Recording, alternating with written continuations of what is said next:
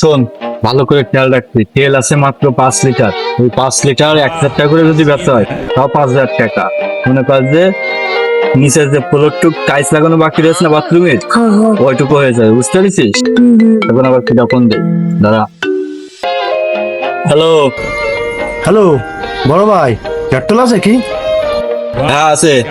খুব বিপদে পড়েছি বড় ভাই, বউ তো বায়না ধরেছে। দৌড় তোকে রে বোর বায়না। কালকে সকালে গট খালি যাচ্ছে হবে, ফটকা গ্রুপের টিম আসছে ওই জায়গায়, তাই দেখতে নিয়ে যাচ্ছে হবে। আর ফটকা গ্রুপ ট্রুপ বাদ দিয়ে দিন। এখন যদি না নিয়ে যায় তাহলে তো আমার সে আলু দুটো শেষ হয়ে যাবে। আচ্ছা ঠিক আছে, আয় আয়। আচ্ছা বড় ভাই, আপনি কোন জায়গায় আছেন কোন, আমি আসতেছি। আরে আমি ওই যে পেতনি বাসতলা ওই জায়গায় রয়েছি, ওই জায়গায় চলে আয়। কি পেতনি বাসতলায়? আমি এই রাত্রি কি করে যাবো, আমার তো এখন ভয় করতেছে।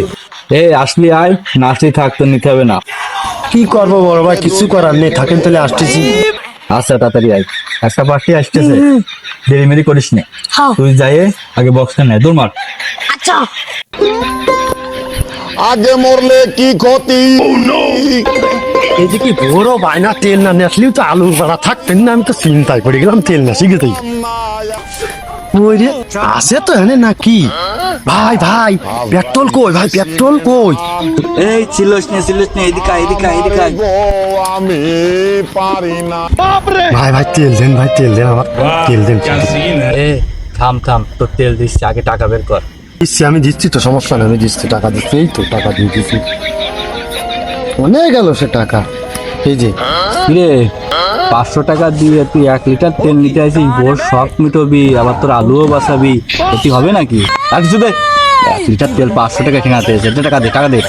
আর 1,000 টাকা দিচ্ছি, আমার এবারকের মতো বাঁচান দিন একটু। আচ্ছা নে, ঠিক আছে, এই রাত্রি এত সিকিউরিটি নিয়ে তোদের জন্য তেল দিচ্ছি, উপকার করতেছি, তারপরে তোরা যদি এই করিস, আচ্ছা ঠিক আছে, সমস্যা নেই।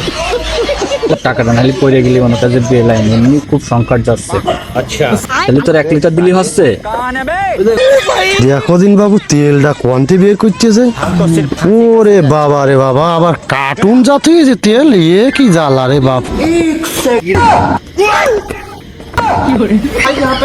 এই নে ধর তোর তেল, ধর তোর অমূল্য ধন।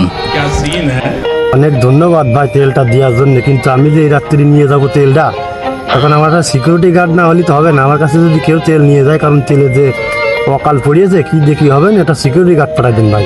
আরে তোর অত টেনশন করতে হবে না, আমি রয়েছি এখানে কি করতে।